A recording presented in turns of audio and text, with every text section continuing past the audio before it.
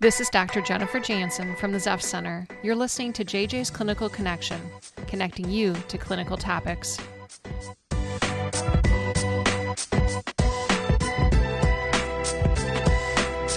Join me as we take a deep dive into the world of behavioral health and learn about hot topics, innovative approaches, and top-notch professionals shaping our industry. This month, we're talking about employment support and its vital role in recovery. Did you know that at Zepf Center, we have programs specifically designed to help clients build their resume, secure job interviews, and support their recovery while employed? For this episode, we're joined by Patrece Maggot and Leigh Guerra, who work primarily with clients in recovery as they build their lives and re-enter the workforce. Patrece and Leigh have a rich history of advocating for clients through supportive employment and Zepf Center's Fatherhood Connection program, which is entering its 5th year. The supportive programs that Leigh and Patrece facilitate provide critical resources for these clients and give them the tools they need to thrive. Stay tuned to learn more about these groundbreaking programs and another exciting conversation.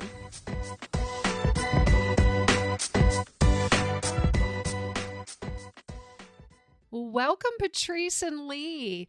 Can you introduce yourselves to our listeners and tell us how long you've been with Zepf Center? Hello, my name is Patrece Maggot, and I have been with Zepf Center for 18 wonderful years. Hi, I'm Leigh Guerra. I'm the project director of the Fatherhood Program, and in December, I will be with Zepf Center for 20 years. Great. Well, tell us a little bit about the programs that you guys oversee. Patrece, I know you work with supportive employment and Leigh with the Fatherhood Project. Can you tell us what those programs do? So with supported employment, we work with individuals who have diagnoses of severe persistent mental illness and or substance use disorder. What we do is work with them to help them achieve their vocational goals or employment goals. So if they want to go into food service, we work with them at their pace to achieve that goal. They are assigned an employment specialist who works with them one-on-one. The individuals meet twice a week. One time in person, one time by phone or virtually, and they are doing job search. They are employment specialists are taking them out into the community to meet with employers. Employment specialists also link them with opportunities for Ohioans with disabilities, which is another great resource that provides other supports once they get employment. So Leigh, how's your program different? We're a fatherhood program, so we work with fathers that are over the age of 18, and their child has to be under the age of 24, and it's a parenting class, so they would come, and it's an evidence-based nurturing fathers curriculum that we do. So they come 6.5 weeks, they meet twice a week for 2.5 hours, and once they get done, we start working with them on vocational services. So that might be short-term training, employment. We also, as we work with the fathers, there could be barriers. They may need help with child support. They might need help with the courts. They might need housing, whatever those needs might be. We sit there and work with them, refer them to other agencies in the community, and help them get those things taken care of. So then when we start working with them on their employment, they can find employment and keep it. What's different about our program than Patrece's program is that anyone can come to our program that meets that criteria. That's the only criteria that we have. Okay, so someone doesn't have to have a diagnosed mental illness or addiction disorder. No, they just want to be a better parent is really the only criteria that we're asking. Great. I think a lot of people think about Zepf Center as a treatment facility, and certainly we are, but we do other things like workforce development. Why would somebody come to us looking for help with this? With workforce development? Because we are excellent at what we do.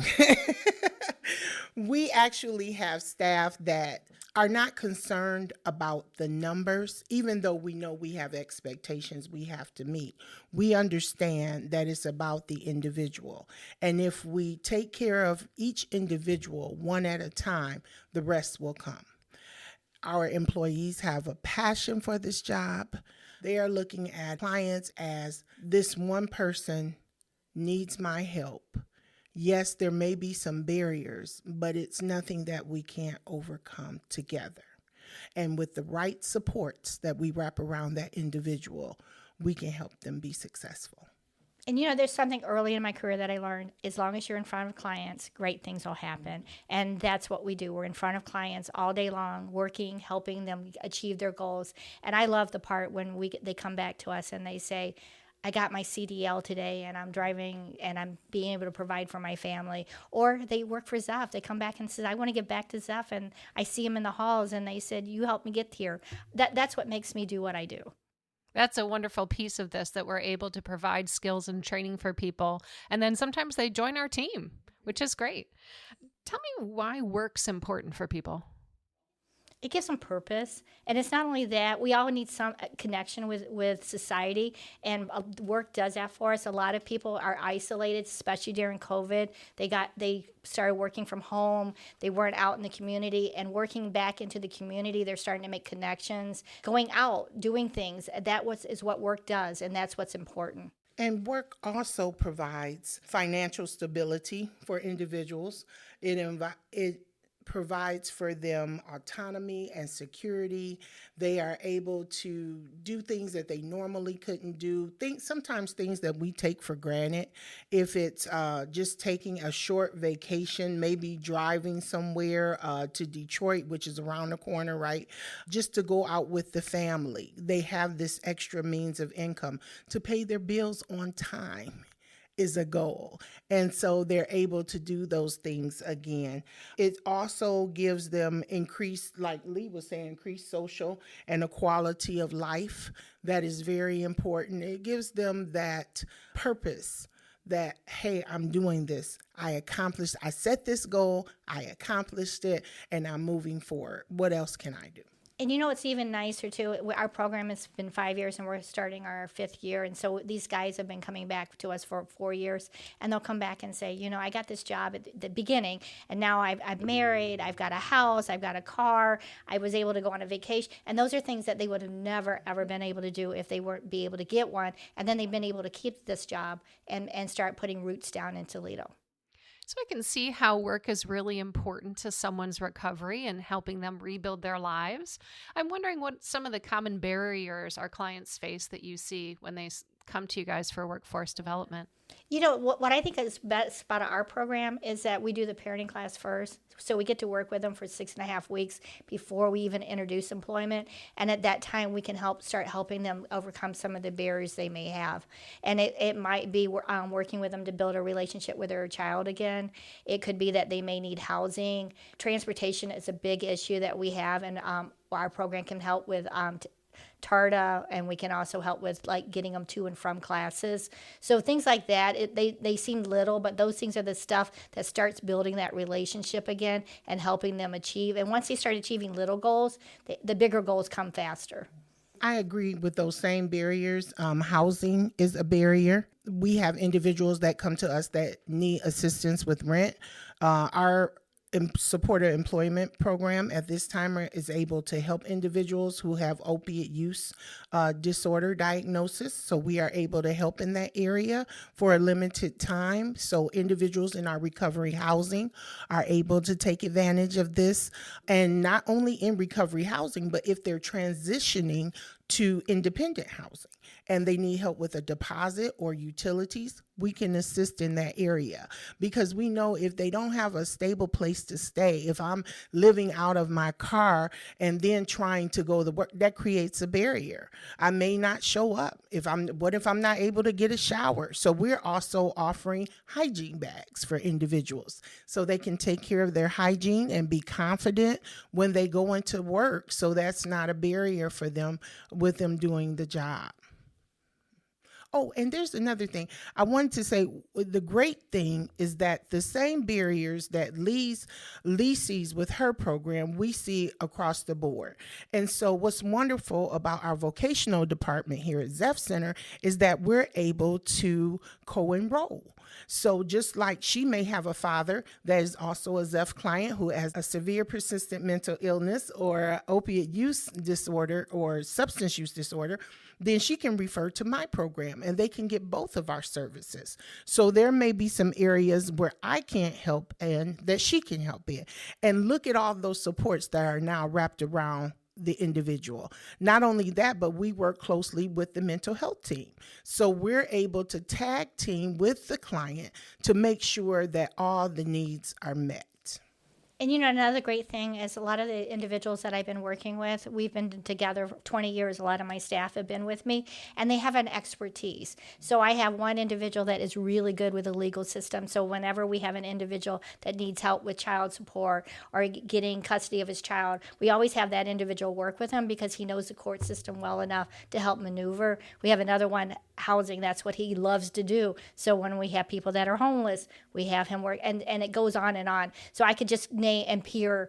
We have 2 individuals that have come through the system, and they can relate to the individuals more than any one of us can. So every one of my staff I could go to and tell you what their expertise is. And so when individuals come in and they have those barriers, we kind of direct them to those expertise, and you can see the passion that our staff has and how they can help the individual. What role do the community partnerships play in the success of your programs? Our community partners are very important. We sit on different steering committees and different things like that in the community where we're able to have warm connections with individuals at these different agencies so that when barriers arise or maybe there's an opportunity, because not only are there community partners, but we also have employer partners. So if there's an opportunity to assist an individual in employment and or a barrier that needs to be taken care of, we don't have to dial a number and hope we get somebody that can help us. A lot of times we already have the connection. Well, you need to go to this person or you need to go to that person or let me take you. I can do a call to them and set up a meeting with them. So the individual gets that warm handoff and they're not out there when we say go over there, they're by themselves and they don't know who to talk to.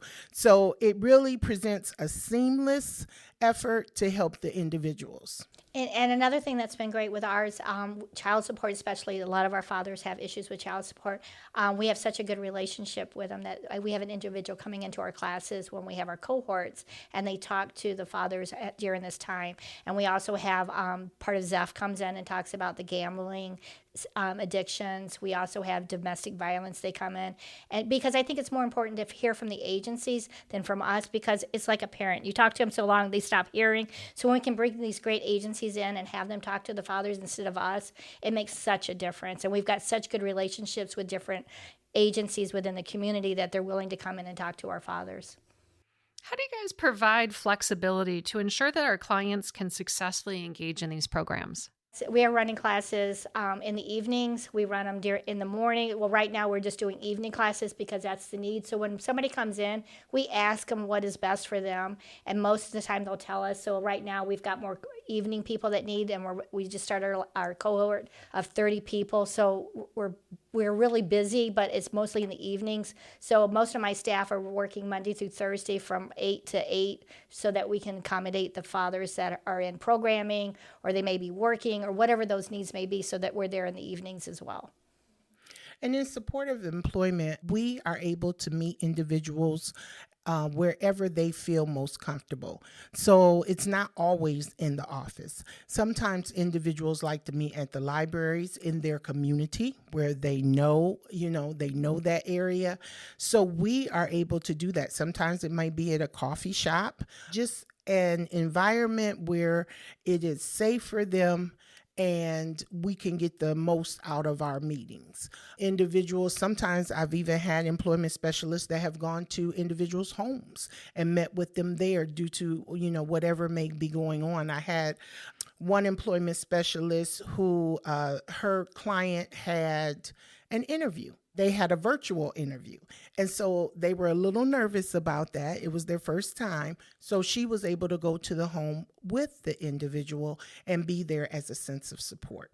Oh, that's really great.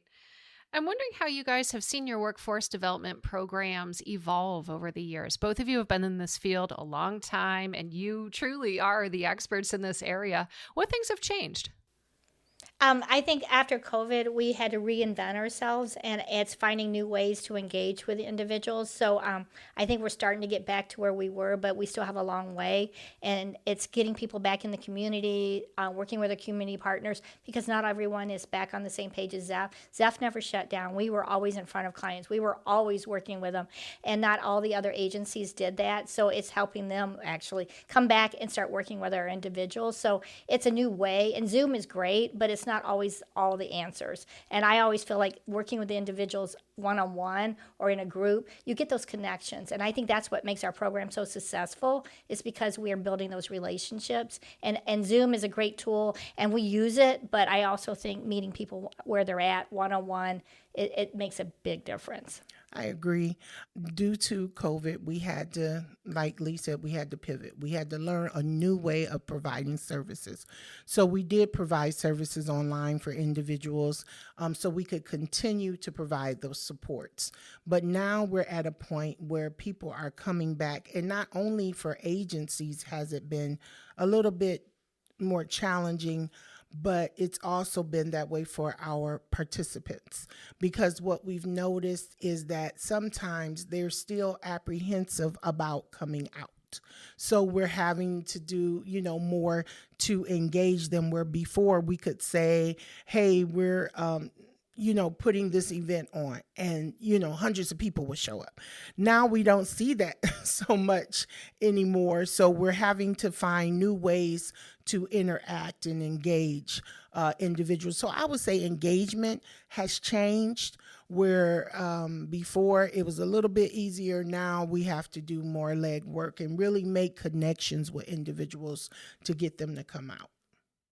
From your experience, what motivates people to want to work? It could be anything, but I think the bottom line, they want to provide for their families, and they want to give them a better life than what they've had. So it's helping them figure out what skills that they have, what their passion is. So, because finding a job is a job, but we want them to find a career. We want them to find something that they have passion for. So we come to work every day and do what we do. That's the reason I've been here for 20 years. I love what I do. I love making a difference. And not everybody can say that when they go home at the end of the day, but I can say I made a difference today. And that's why I do what I do. And I think we have the same with the clients that we work. They want to find what makes them happy, their passion, and that's what we try to do when we work with them trying to find employment. Mm-hmm. I think it's purpose, which goes along with what you were saying, that intrinsic sense of fulfillment, because people want to feel like they've done something right with their lives. And so we have individuals that come to us and say, I want to go to work. I want to do something. We can dispute that myth that people are not working because they're lazy, or because, no, there's various reasons to why people may not be working at that moment, right? That's one snapshot in time. But intrinsically, people want to have fulfillment. They want to do something. So that's why they want to go to work. Let me try it, even if it's only part-time, right? Let me just get back in the habit of getting out. It can even be the socialization, right? Wanting to connect with others. So those are some of the main reasons we see that people want to work. How are people going to find out about these programs? How do they connect with your services? We have an orientation on Tuesday at 3 o'clock, Friday at 10:30. Anyone can walk in our doors at that time. We'll tell you more about our program, and then you can decide if it's a fit for you. I also would go to Zeff's website. There is information on their website, zeffcenter.org, and our programs out there as well, and all the other vocational programs that we have available here at Zepf Center. So if you would like to get connected with supported employment, you must be a client of Zepf Center, and your case manager or your therapist, anyone on your mental health team can provide a referral, and then we will get you assigned to an employment specialist. Great. I know you guys are oftentimes out in the community. You're promoting these programs. What types of outreach events are you participating in currently to promote these programs? Outreach is a big piece of what we do, because we want to be out in the community so people know who we are and how we can help. We are doing events probably 2 or 3 times a week. Agencies will call us and we'll have a table there promoting our program, talking to other individuals what we do and how we can help. We also just got back from Atlanta, Georgia. I actually just got back in today. We were there on a conference for fatherhood, and they were talking about all the agencies that we can connect to and how we can make our program better, because it's not just, it's all of us working together so that one voice is being heard. More people, louder voice. And so that's what we want to get to, so that when they hear us, they know where they can go to get help. With supported employment, because you must be a client of Zepf Center, our outreach or in-reach is done within the agency. So we are at team meetings for case managers.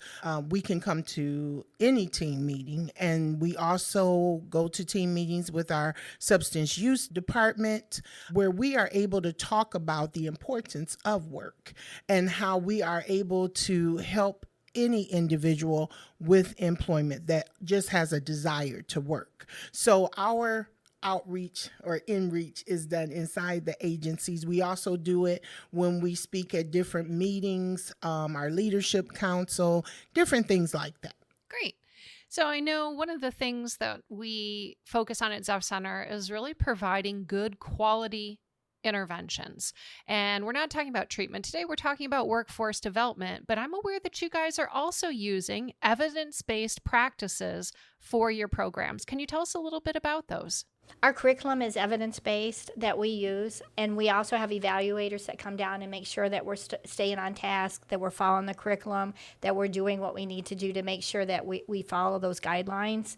And I think that makes the quality of our work better, because we are following the rules of the curriculum so that we're getting the right message out to the fathers.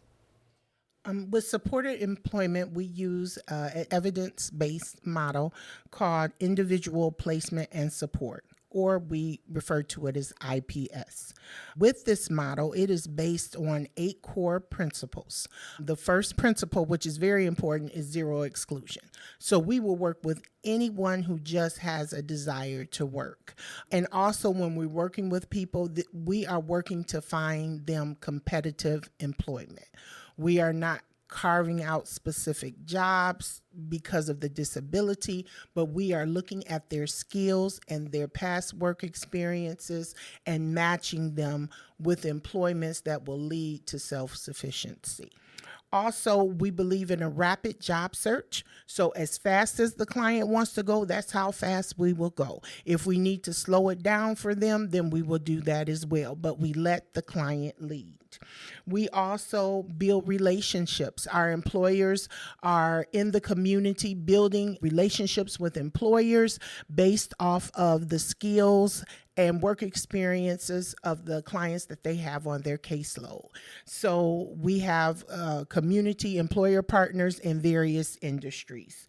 We also know that this is client-led, so we believe in the client being our guiding star, right? Our North Star. So the client is leading us. If they want to work in food industry, we don't look at their resume and say, you be better in factory. No, then we will start working to help them achieve that goal in the food service industry. I love how individualized that is. It sounds like you really listen to the person and help them meet their goals. You know, Jennifer, that's very important, because we have to listen. Sometimes in this field, we're helpers, right? That's what we do. That's in our hearts. And sometimes we'll hear our clients and we want to take off in a direction that they don't necessarily want to go in. So with this IPS model, it is very important that we take a step back and we are listening to the client and following the direction that they want to go. Yes, we add in advice or guidance along the way, but we are following their lead. One of the other core principles is that we also offer benefits planning. So if we have an individual who is receiving Social Security benefits or Jobs and Family Services cash assistance or Medicaid, whatever that is, and they want to find out how work is going to affect their benefits, we have a certified work incentive planner that is on staff that can meet with them and give them an idea of how many hours they can work. Can you even work and it not affect your benefits? So that's a wonderful benefit to clients because it helps ease some of that apprehension about work. And, I just want to say from what Patrece is saying, we do SMART goals. So the SMART goal is the client comes in and chooses what their goal is. It's not what we want, it's what they want. So it keeps us and them on target, and we help them achieve that goal, but they're setting the goals and the pace that they want to achieve it. So it's like a lot like how Patrece is doing it, but we do it as SMART goals. And so that's the difference between our programs, but we're still listening to the client, and it's not what we want, it's what they want. I'm hoping you guys can share maybe a success story or two with our listeners today so that we can really hear how through these workforce development programs, people have been able to successfully achieve their goals. We constantly have success stories, and we do them on a monthly basis, and they're posted all the way up and down my wall. And I love it because I can hear the clients when they're walking and going to orientation, and they're going, I'm going to be on that wall. But early on, one of the success stories we had, two guys came in and they ended up getting their CDL, and they're still working today, and they still keep in touch. So we've had really great success with people getting employment like that. Our data shows that when people are coming into our program, 12% have employment. Going out, they're at 68% having employment. So those are high numbers showing that they have employment. And then and I've also was working on the employment report the other day. They've had a couple jobs along the way, and they've increased as they've gotten skills. They've started increasing. I had one gentleman that got his forklift certification. It's a 4-hour training. After he did that, he got a $5 raise at his employer. So those are big achievements. That's incredible. I know. Yeah. So that people don't realize little skills that you can achieve can really knock up that salary. Or moving to a different employer, maybe you're making the same amount and go to another employer, but they have benefits in the job that you don't. So those are things you have to look at when you're looking at people increasing. But fathers, I love the success stories. They come back and they share. We've had a lot of people that have been in addiction. They've gotten sober. They're working on themselves. And I always say Zepf has the other side of Zepf has a harder part because they've gotten them to the point to sending them to me. And I just do the final touch to help them get out in the community. So I think that is very important. Once they got to that point, they've gotten the addiction under control and they're ready to work. We get to see them go do that. And then we see them glow because they just get these great jobs. They start seeing the success and they just keep building from there. So a couple of success stories in our supported employment program was an individual who had literacy challenges and whose child would help them with reading applications and things of that nature. Well, this individual was connected to our supported employment program, and our employment specialists worked with that individual to, of course, do their job search. And it seemed like it was becoming very challenging due to the literacy, not being able to read the applications or understand. Finally, the individual was able to get employment. And so it was a great success because that was a situation where ordinarily someone might have looked at that, well, as where are we going to help this person get a job? But the employment specialists stay connected with the individual, meeting with them on a regular basis, encouraging them, because there were times when the client would get so frustrated they just end the meeting. But they connected. The employment specialist connected with the individual and was able to get them employment. It seems clear that the workforce development programs the two of you offer here at Zepf Center are really a truly part of someone's actual recovery. This isn't just about getting a job and having some extra money. This is about recovering and rebuilding your lives. I agree. It is a big piece of what we do is helping individuals in recovery, helping them rebuild those pieces. And that's the best part of what we do is because we get to see them that final step when they get the employment, they get independent, they've got their barriers overcome, and they take that next step and they're independent again from where they started from before. And another piece that I think is very successful is that we've been able to hire, Monday we have a new person coming on board. He went through our program. What better person can be to sit there and talk about our program and the services that we offer than somebody that's been through our program? Absolutely. And likewise, from supported employment, we've had individuals who have been hired through Zepf Center And that is a great, we even had one that, this was a major goal for him to get back at the Zepf Center because he loves working here. And so we were able to assist him in getting that employment. I was going to also say, as Leigh said about overcoming the barriers, not only are they overcoming barriers, but then we're helping them to obtain the skills and abilities to navigate those barriers in the future. So it's not just for now, but it's for the future too. Oh, well, I remember how my employment specialist or my success coach helped me, get through here. Let me walk those steps back. Let me pull out that information that they gave me before. So it's really going with that old adage about you teach a person to fish, right? I am so glad that we are able to work with these individuals and really invest in their future.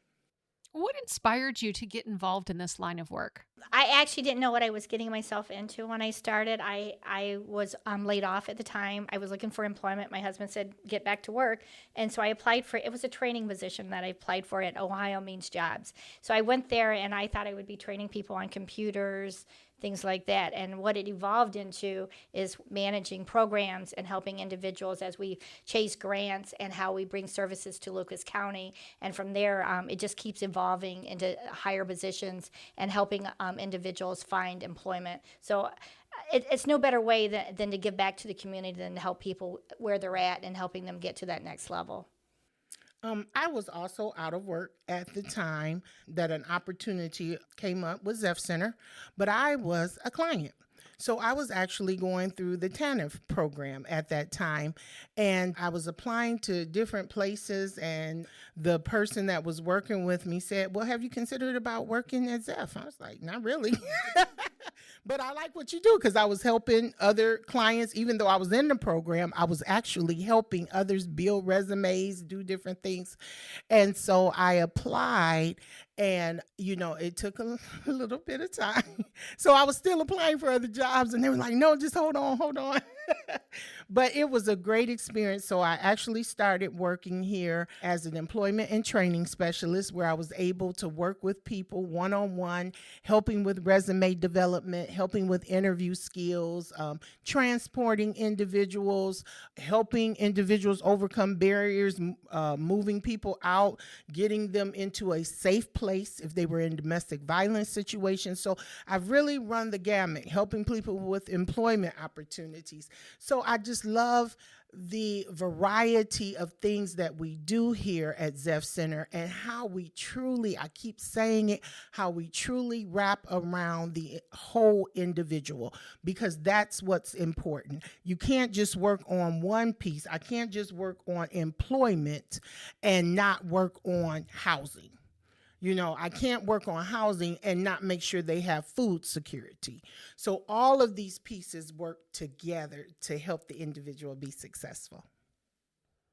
So maybe some of our listeners are tuned in today and they're thinking, gosh, maybe I want to get connected with one of these programs. What would you want people to know in terms of next steps and how they find us at Zepf Center?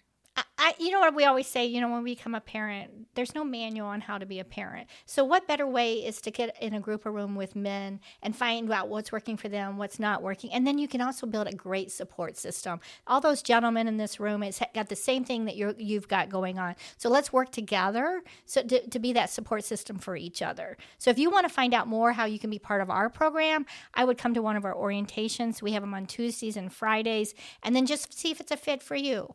To find out more information about when we hold our orientations, please go to our website, zeffcenter.org. If you would like to be connected with supported employment and you've been, it's just been going over in your mind about getting back into the workforce, but there may be some apprehensions about going back to work, or can I do this job? Can I work a full-time job? Just know that you don't have to start there. We are here to help have those conversations with you. We're here to help walk through those steps with you and just to look at work from every angle and to help ease some of those apprehensions. But don't give up on work. If you have a desire, talk to your treatment team and get connected with supported employment. Patrece and Leigh, it's been so exciting to have you in the studio today. Thanks for coming and talking to our listeners about workforce development. Thank you, Jennifer. This has been a wonderful experience, and thank you for the opportunity to talk about these wonderful programs that we have available to individuals who are looking for work. We are here for them. Jennifer, I want to say thank you for having me. This has been so much fun, and I am so excited that we got to share our program and the resources, and I hope if anybody's listening and they want to find out more about our program that they get on our website. Thanks for tuning in, and that's all for today. If you enjoyed this conversation, be sure to download and share this episode. For the latest clinical connections, subscribe to Spotify, Apple Podcasts, or wherever your favorite podcasts are found. For more information about Zepf Center's supportive employment programs and other resources mentioned in this episode, check out our show notes. For more information on Zepf Center, visit us at zeffcenter.org or find us on Facebook, Instagram, and LinkedIn. This is Dr. Jennifer Jansen, signing out until next time.